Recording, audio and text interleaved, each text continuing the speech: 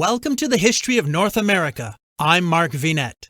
The Roman Catholic Church is the largest Christian church with over 1.3 billion baptized Catholics worldwide. As the world's oldest and largest continuously functioning international institution, it has played a prominent role in the history and development of Western civilization. The Pope, who is the Bishop of Rome, is the chief pastor of the Church and the Holy See, the central governing authority of the Church. The administrative body of the Holy See, the Roman Curia, has its principal offices in Vatican City, a small enclave of Rome, of which the Pope is head of state. The Catholic Church teaches that it is the one, holy, Catholic, and apostolic Church founded by Jesus Christ in His Great Commission, that its bishops are the successors of Christ's apostles, and that the Pope is the successor to St. Peter, upon whom primacy was conferred by Jesus. It maintains that it practices the original Christian faith taught by the apostles, preserving the faith infallibly through Scripture and sacred tradition as authentically interpreted through the magisterium of the Church. Of its 7 sacraments, the Eucharist is the principal one, celebrated liturgically in the Mass. The Church teaches that through consecration by a priest, the sacrificial bread and wine become the body and blood of Christ. The Virgin Mary is venerated as the Perpetual Virgin, Mother of God, and Queen of Heaven. She is honored in dogmas and devotions. Catholic social teaching emphasizes voluntary support for the sick, the poor, and the afflicted through the corporal and spiritual works of mercy. The Catholic Church operates thousands of Catholic schools, hospitals, and orphanages and is the largest non-government provider of education and healthcare in the world. Among its other social services are numerous charitable and humanitarian organizations. The Catholic Church has profoundly influenced Western philosophy, culture, art, music, and science. In the 16th century, the Reformation led to Protestantism, breaking away primarily over differences in Christology, doctrines, and practices. Riding a growing wave of discontentment within the Catholic Church and its leadership, guided by the Pope, a German priest, theologian, author, and hymn writer by the name of Martin Luther lit a match of protest that gradually grew into a bonfire that changed the world. This former Augustinian friar is best known as the seminal figure in the Protestant Reformation and as the namesake of Lutheranism, one of the largest branches of Protestantism. Join me as we unravel the truth, myth, legend, traditions, and mysteries surrounding this titan of history, which helps explain the relationship between religion, commerce, and conquest at the beginning of European exploration and colonization of the North American continent. Late in the month of April in the year 1521, an open wagon containing 2 persons was driven along one of the roads of Germany, the horse being kept at his best pace, while now and then one of the occupants looked back as if in apprehension. This was the man who held the reins. The other, a short but presentable person with pale, drawn face, lit by keen eyes, seemed too deeply buried in thought to be heedful of surrounding affairs. When he did lift his eyes, they were directed ahead, where the road was seen to enter the great Thuringian forest. Dressed in clerical garb, the peasants who passed probably regarded him as a monk on some errand of mercy. The truth was that he was a fugitive, fleeing for his life, for he was a man condemned who might at any moment be waylaid and seized. On entering the forest, the wagon was driven on until a shaded and lonely dell was reached, seemingly a fitting place for deeds of violence. Suddenly, from the forest glades, rode forth 4 armed and masked men, who stopped the wagon, sternly bade the traveller to descend, and mount a spare horse they had with them, and rode off with him, a seeming captive, through the thick woodland. As if in fear of pursuit, the captors kept at a brisk pace, not drawing rein until the walls of a large and strong castle loomed up near the forest border. The gates flew open, and the drawbridge fell at their demand, and the small cavalcade rode into the powerful stronghold, the entrance to which was immediately closed behind them. It was the castle of Wartburg, near Eisenach, Saxony, within whose strong walls the man thus mysteriously carried off was to remain hidden from the world for the greater part of the year that followed. The monk-like captive was, just then, the most talked-of man in Germany. His seemingly violent capture had been made by his friends, not by his foes, its purpose being to protect him from his enemies, who were many and threatening. Of this he was well aware, and welcomed the castle as a place of refuge. He was, in fact, the celebrated Martin Luther, who had just set in train a religious revolution of broad aspect in Germany, and though for the time under the protection of a safe conduct from the Emperor Charles V, had been deemed in imminent danger of falling into an ambush of his foes instead of one of his friends. That he might not be recognized by those who should see him at Wartburg, his ecclesiastic robe was exchanged for the dress of a knight. He wore helmet and sword instead of cassock and cross, and let his beard grow freely. Thus changed in appearance, he was known as Junker George, Chevalier George, to those in the castle, and amused himself at times by hunting with his knightly companions in the neighbourhood. The greater part of his time, however, was occupied in a difficult literary task, that of translating the Bible into German. The work thus done by him was destined to prove as important in a linguistic as in a theological sense, since it fixed the status of the German language for the later period to the same extent as the English translation of the Bible in the time of James I aided to fix that of the English speech. Leaving Luther for the present time in his retreat at Wartburg Castle, we must go back in his history and tell the occasion of the events just narrated. No man before or after his time ever created so great a disturbance in German thought, and the career of this fugitive monk is one of great historical import. A peasant by birth, the son of a slate-cutter named Hans Luther, he so distinguished himself as a scholar that his father proposed to make him a lawyer. But a dangerous illness, the death of a near friend, and the exhortations of an eloquent preacher so wrought upon his mind that he resolved instead to become a monk, and after going through the necessary course of study and mental discipline, was ordained a priest in May 1507. The next year he was appointed a professor in the University of Wittenberg. There he remained for the next 10 years of his life, when an event occurred which was to turn the whole current of his career and give him a prominence in theological history which few other men have ever attained. In 1517, Pope Leo X authorized an unusually large issue of Indulgences, a term which signifies a remission of the temporal punishment due to sin, either in this life or the life to come, the condition being that the recipient shall have made a full confession of his sins, and by his penitence and purpose of amendment fitted himself to receive the pardon of God through the agency of the priest. He was also required to perform some service in the aid of charity or religion, such as the giving of alms. At the time of the Crusades, the popes had granted to all who took part in them remission from church penalties. At a later date, the same indulgence was granted to penitents who aided the holy wars with money instead of in person. At a still later date, remission from the penalties of sin might be obtained by pious work, such as building churches, etc. When the Turks threatened Europe, those who fought against them obtained indulgence. In the instance of the issue of Indulgences by Leo X, the pious work required was the giving of alms in aid of the completion of the great Cathedral of St. Peter's at Rome. The purpose did not differ in character from others for which indulgences had previously been granted, and there is nothing to show that any disregard of the requisite conditions was authorized by the Pope. But there is reason to believe that some of the agents for the disposal of these indulgences went much beyond the intention of the decree.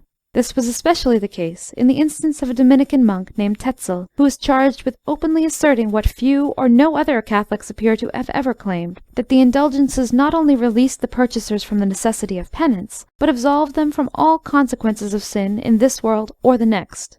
We shall not go into the details of the venalities charged against Tetzel, whose field of labour was in Saxony, but they seem to have been sufficient to cause a strong feeling of dissatisfaction, which at length found a voice in Martin Luther, who preached vigorously against Tetzel and his methods, and wrote to the princes and bishops begging them to refuse this irreligious dealer in indulgences a passage through their dominion. The near approach of Tetzel to Wittenberg roused Luther to more decided action. He now wrote out 95 propositions, in which he set forth in the strongest language his reasons for opposing and his view of the pernicious effects of Tetzel's doctrine of indulgences. These he nailed to the door of the castle church of Wittenberg. The effect produced by them was extraordinary. The news of the protest spread with the greatest rapidity, and within a fortnight copies of it had been distributed throughout Germany. Within 5 or 6 weeks it was being read over a great part of Europe. On all sides it aroused a deep public interest and excitement, and became the great sensation of the day. Luther's propositions were like a thunderbolt flung into the mind of Germany. Everywhere deep thought was aroused, and a host of those who had been displeased with Tetzel's methods sustained him in his act. Other papers from his pen followed, in which his revolt from the Church of Rome grew wider and deeper. His energetic assault aroused a number of opponents, and an active controversy ensued, ending in Luther's being cited to appear before Cajetan, the Pope's legate at Augsburg.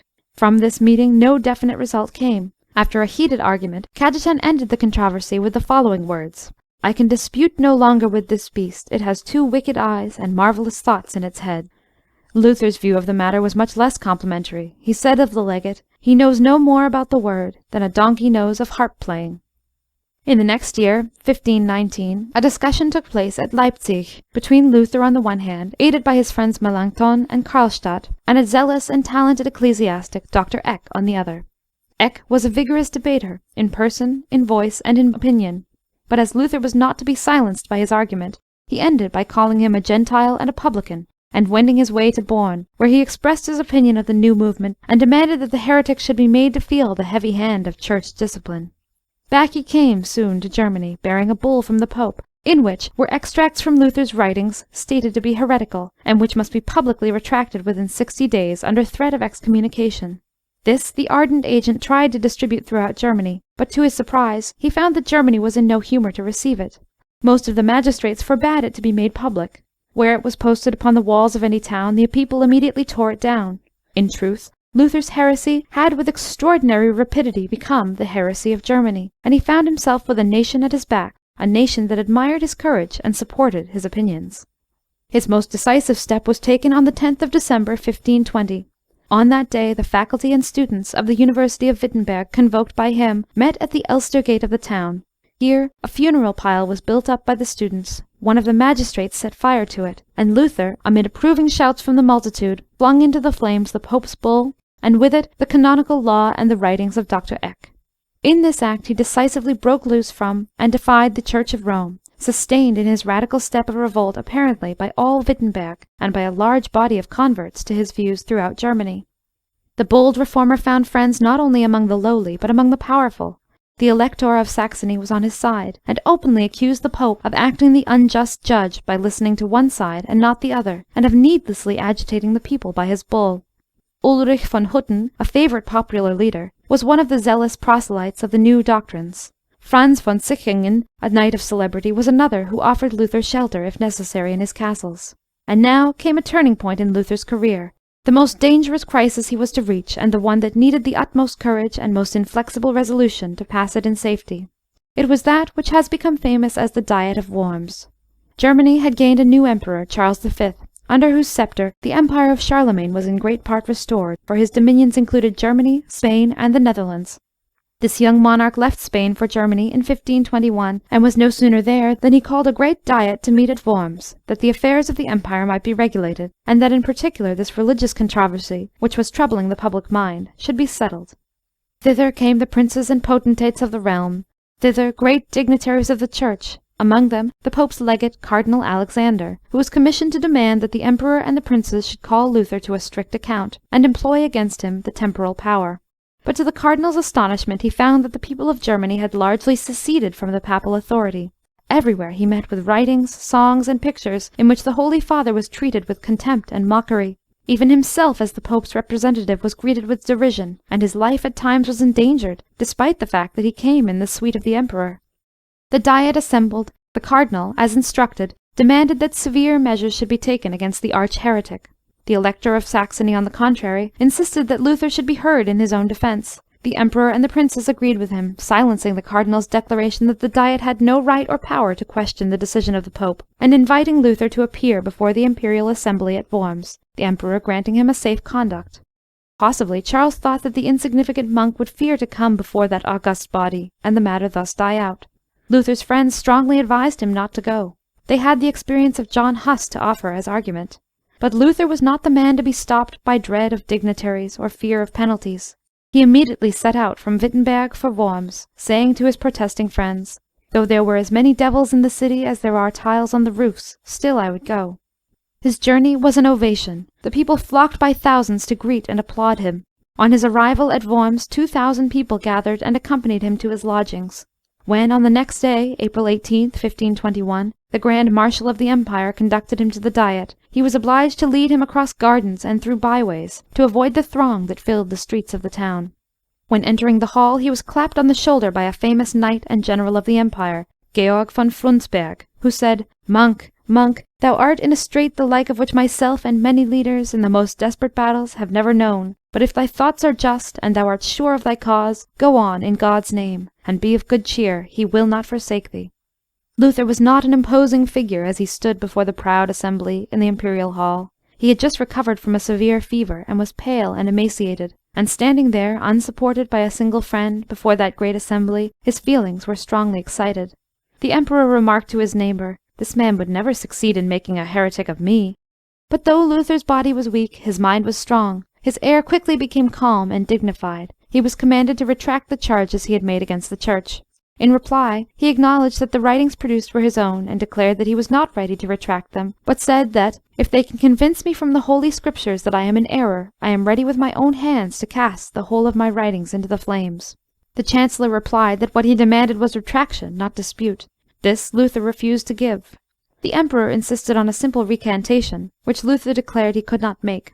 For several days the hearing continued, ending at length in the threatening declaration of the Emperor that he would no longer listen to Luther, but dismiss him at once from his presence and treat him as he would a heretic.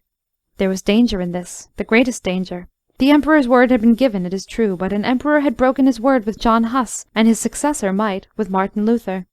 Charles was indeed importuned to do so, but replied that his imperial word was sacred, even if given to a heretic, and that Luther should have an extension of the safe conduct for 21 days during his return home. Luther started home. It was a journey by no means free from danger. He had powerful and unscrupulous enemies. He might be seized and carried off by an ambush of his foes. How he was saved from peril of this sort we have described. It was his friend and protector Frederick, the Elector of Saxony, who had placed the ambush of knights, his purpose being to put Luther in a place of safety where he could lie concealed until the feeling against him had subsided. Meanwhile, at Worms, when the period of safe conduct had expired, Luther was declared out of the ban of the empire, an outlaw whom no man was permitted to shelter. His works were condemned to be burned wherever found, and he was adjudged to be seized and held in durance subject to the will of the emperor. What had become of the fugitive no one knew. The story spread that he had been murdered by his enemies. For 10 months he remained in concealment, and when again he appeared, it was to combat a horde of fanatical enthusiasts who had carried his doctrines to excess, and were stirring up all Germany by their wild opinions. The outbreak drew Luther back to Wittenberg, where for 8 days he preached with great eloquence against the fanatics, and finally succeeded in quelling the disturbance. From that time forward, Luther continued the guiding spirit of the Protestant revolt, and was looked upon with high consideration by most of the princes of Germany, his doctrines spreading until, during his lifetime, they extended to Moravia, Bohemia, Denmark, and Sweden. Then, in 1546, he died at Eisleben, near the castle in which he had dwelt during the most critical period of his life. Today, Protestantism constitutes the second largest form of Christianity with a total of 1 billion adherents worldwide, 37% of all Christians. About 20% of the global Protestants are found in the United States, with its combined denominations collectively comprising about 45% of the nation's population. The large number is directly linked to the early settlement of Protestant Europeans. Almost 20% of Canadians identify as Protestant, while less than 10% of Mexicans, a predominantly Catholic country, say they are Protestant. Next time, we continue our deep dive into the life and times of this 16th century German monk and reformer, whose efforts to alter the theology and practice of the Roman Catholic Church launched the Protestant Reformation, a form of Christianity that inspired early generations of men and women to cross a perilous ocean with their few belongings, hopes, dreams, and determination, and travel to the shores of North America. I'm Mark Vinette, and I hope you're enjoying the ride.